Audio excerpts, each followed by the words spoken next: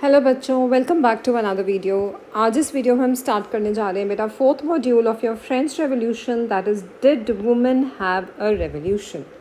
ठीक है, इसके बारे में पढ़ेंगे क्योंकि हमने फ्रेंच रेवोल्यूशन में पढ़ा कि मेन को उनके राइट्स मिल गए, वुमेन ने पार्टिसिपेट किया और उन्होंने अपनी क्या क्या डिमांड्स रखी to have to obtain their political rights. ठीक है, चलो अब ये सबसे पहले आपको यहाँ पे एक पिक्चर नज़र आ रही है। What is this picture showing? ये बता रही है कि पेरिस की जो वुमेन थी वो कहाँ जा रही थी रेवोल्यूशन के लिए। दे वर मूविंग टू वर्सेलीज। जैसे नेशनल असेंबली वर्सेलीज में गई, वहाँ पे उन्होंने इंडोर टेनिस कोर्ट के अंदर ओथ ली। इसी तरह से पेरिजियन वुमेन जो थी वो भी वर्सेलीज की तरफ मार्च कर रही थी। ठीक है, चलो let's get started. From the very beginning, women were active participants in the events which brought about so many important changes in the French society. शुरू से लेके जब से फ्रेंच रेवोल्यूशन स्टार्ट हुआ, वुमेन ने बहुत एक्टिवली पार्टिसिपेट किया, जिससे रिलेटेड बहुत सारे चेंजेस आए सोसाइटी में। No, what was there hope? They hoped that their involvement would pressurize the revolutionary government to introduce the measures to improve their lives. अब उनकी लाइफ्स में भी कुछ चेंज आए, ऐसा सोच के उन्होंने भी अपनी इन्वॉल्वमेंट फ्रेंच रेवोल्यूशन में करी, पूरी तरह से पार्टिसिपेट किया कि शायद रेवोल्यूशनरी गवर्नमेंट को वो प्रेशराइज़ कर सके और वो उनके लिए कुछ नए इंट्रोडक्टरी मेजर्स जो हैं वो इम्प्लीमेंट कर सके, उनकी लाइफ्स में सुधार आ सके। Most women of the third state they had to work for a living. काम करना पड़ता था इनको अपनी रोज़ी रोटी चलाने के लिए। They worked as seamstresses और लॉन ड्रेसेस, दैट मीन जैसे सिलाई वगैरह करनी या वॉशिंग करनी क्लोथ्स की, फ्लावर्स, फ्रूट्स, वेजिटेबल्स मार्केट में सेल करने, और even they were employed as domestic servants, दूसरों के घर में एज अ डोमेस्टिक मेड की तरह काम करना। Most women did not have access to education और जॉब ट्रेनिंग। ना तो जॉब के लिए कोई ट्रेनिंग का उनको किसी भी तरह का कोई एवेन्यू था, ना ही उनको एजुकेशन एक्सेस करने की कोई अपॉर्चुनिटी थी। ठीक है, अगर थी किसको? सिर्फ और सिर्फ नोबल्स जो थे उनकी डॉटर्स को एक्सेस था। They were the women from the noble और the wealthier members of the third state who could go and study at the convent. वो जाते थे कॉन्वेंट में पढ़ाई करते थे। सिर्फ जो रिच फैमिलीज़ की डॉटर्स होती थी या जो नोबल्स की डॉटर्स होती थी, ठीक है, उसके बाद क्या होता था, उनकी जो फैमिलीज़ होती थी ना, वो उनकी फिर बाद में शादी करा देते थे। ठीक है, now working women also had to take care of their families, that is they had to cook, fetch water, queue up for bread and look after the children, and on the top of it उनके जो wages थे they were far lower than that of the men. तो working women के लिए बहुत ज़्यादा परेशानी थी। देखो, काम भी करना है अपनी लिविंग के लिए, उनको एक्सपेंसेस भी मीट करने हैं, अपने डेली एक्सपेंसेस, उसके साथ साथ घर का कुक करना, पानी लेके आना, ब्रेड के लिए लंबी लंबी लाइनों में खड़ा होना है, एंड उसके ऊपर से जो वेजेस थे they were far lower than what the men were getting.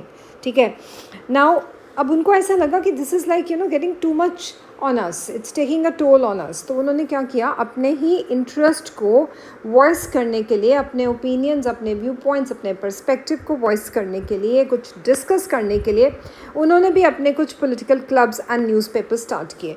कितने क्लब्स बनाए बेटा इन्होंने? 60 वुमेन क्लब्स उस वक़्त बनकर आए। लेकिन जो सबसे फेमस हुआ क्लब वो कौन सा था? That was the society of revolutionary and Republic women. ठीक है, ये सबसे फेमस हुआ था क्लब। अब चलते हैं इनकी डिमांड्स पे। क्या डिमांड्स रखी इन्होंने? डिमांड ये रखी गई कि women should also enjoy the same political rights as man. Man को तो उनके राइट्स मिल रहे हैं, वोटिंग राइट मिल रहा है उनको, they are holding a political office, they are getting elected in the assembly, but what about women? That's a big question mark for them. तो वो चाहते थे कि हमें भी वही पॉलिटिकल राइट्स मिलें। तो वुमेन वर वेरी डिसअपॉइंटेड। क्यों डिसअपॉइंट हुए थे? देखो, कॉन्स्टिट्यूशन हमने पढ़ा 1791 में फ्रांस का कॉन्स्टिट्यूशन बना। अब उस कॉन्स्टिट्यूशन ने क्या किया, उनको तो सिर्फ पैसिव सिटीजन्स बना दिया ना वुमेन को, they were not allowed to vote. No, so उन्होंने क्या डिमांड रखी कि हमें राइट टू वोट भी दो, हमें ये भी हक दो कि हम असेंबली के लिए इलेक्शंस में भी खड़े हो सकें, and we should get elected, and after we get elected हमें भी पॉलिटिकल ऑफिस होल्ड करने की, ऑथराइज करने की अथॉरिटी दो। Only then they felt would their interest be represented in the new government. अगर हमारी ये सारी डिमांड्स फुलफिल हो जाती हैं तो एटलीस्ट हमें लगेगा कि जो नई गवर्नमेंट है वो हमारे इंटरेस्ट को भी रिप्रेजेंट कर रही है। They are concerned about our demands as well. ठीक है, तो अर्ली ईयर्स में क्या हुआ बेटा, रेवोल्यूशनरी गवर्नमेंट ने कुछ लॉज इंट्रोड्यूस किए जिससे कि इन वुमेन की लाइव्स में कुछ इम्प्रूवमेंट हुई। जैसे क्या हुआ, स्टेट के स्कूल्स खोले, मतलब स्टेट जो थी ना फ्रांस की, उसके अंदर स्कूल्स खोले गए, स्कूलिंग जो थी वो कंपलसरी कर दी गई सभी गर्ल्स के लिए. Now their fathers could no longer force them into marriage against their will, ज़बरदस्ती उनकी शादी नहीं करवा सकते थे उनके पेरेंट्स. ठीक है, marriage was made into a contract and it entered into freely and registered under civil law. Civil law, you know what is this? You had done a difference of civil and criminal law in your junior classes. तो जो civil law होता है बेटा वो deal करता है marriage, divorce, land से related issues हो जाते हैं, एडुकेशन हो गया, all these particular issues are being tackled under the civil law. ठीक है, अब डिवोर्स भी लीगल हो चुका था, उसको कोई भी अप्लाई कर सकता था, आइदर मैन और women, both of them had the right to apply for divorce. And उसके ऊपर जिस चीज़ के लिए वो अपने आप को बहुत ज़्यादा डिप्राइव्ड फील करती थी, now they could also train for jobs and they could become small business, they could run small businesses and they could become artist. ठीक है, कुछ ना कुछ अपना काम कर सकती थी, छोटे मोटे आर्टिस्ट जैसे होते हैं ना, वोकेशनल ट्रेनिंग दी जाती है उनको, so that veg they could improve their livelihood. ठीक है, अब women struggle for equal political rights how ever continued. अब ये इक्वल पॉलिटिकल राइट्स अभी भी नहीं मिले थे जो मेन को मिल रहे थे, उसके लिए इनकी जो स्ट्रगल थी वो जारी रही, कंटिन्यू होती रही. अब रेन ऑफ टेरर में कौन था, अगर आपको याद हो, रॉबर्सपियर, मैक्सिमिलियन रॉबर्सपियर था. ठीक है, जो जैकोबिन क्लब का हेड था. अब उसकी गवर्नमेंट ने क्या किया था, उसने कुछ लॉज इश्यूज़ किए थे जिसके चलते उसने वुमेन के क्लब्स को कर दिया बंद, और जितनी पॉलिटिकल एक्टिविटीज़ वुमेन ऑर्गेनाइजेशंस ने या क्लब्स ने कर रखी थी उन सबको कर दिया इसने बैन. ठीक है, so and many prominent women, we going to read about one of the prominent women later in this module, उनको कर लिया गया अरेस्ट एंड काफ़ियों को एग्जीक्यूट कर दिया, यानी कि उनको ख़त्म कर दिया गया, मार दिया गया. ठीक है, women movements for voting rights and equal wages that continued through the next 200 years in many countries of the world. France के अलावा और भी ऐसी वर्ल्ड की कंट्रीज़ थी जहाँ पे अपने वोटिंग राइट्स और इक्वल वेजेस की लड़ाई लड़ते लड़ते वुमेन ने कम से कम 200 साल लगा दिए अपने राइट्स, अपनी डिमांड्स, अपनी जो इंटरेस्ट थे उनको अचीव करने के लिए. And fight for the vote it was carried out through an international suffrage movement. Suffrage का मतलब क्या होता है बेटा, that is the right to vote. ठीक है, राइट टू वोट बोलते हैं इसको. तो वो इंटरनेशनल सफरेज मूवमेंट बन चुकी थी, और ये सिर्फ फ्रांस की वुमेन का एक इशू नहीं था कि हमें राइट टू वोट दो या हमें इक्वल पॉलिटिकल राइट्स दो, but it was for many other countries in the world. ठीक है, so the example of the political activities of the French women during the revolutionary years was kept alive as an inspiring memory. कहीं ना कहीं से तो inspiration शुरू होती है ना. फ्रांस की वुमेन ने शुरू करी अपनी रेवोल्यूशन अपने राइट्स के लिए, अपनी वोटिंग राइट्स के लिए, अपने पॉलिटिकल राइट्स के लिए, अपने इक्वल वेजेस के लिए, और वो बाकी कंट्रीज़ के लिए एक बहुत बड़ी इंस्पायरिंग मेमोरी बन गई. तो फाइनली कौन से ईयर में women in the France won the right to vote, they got the right to vote in 1946.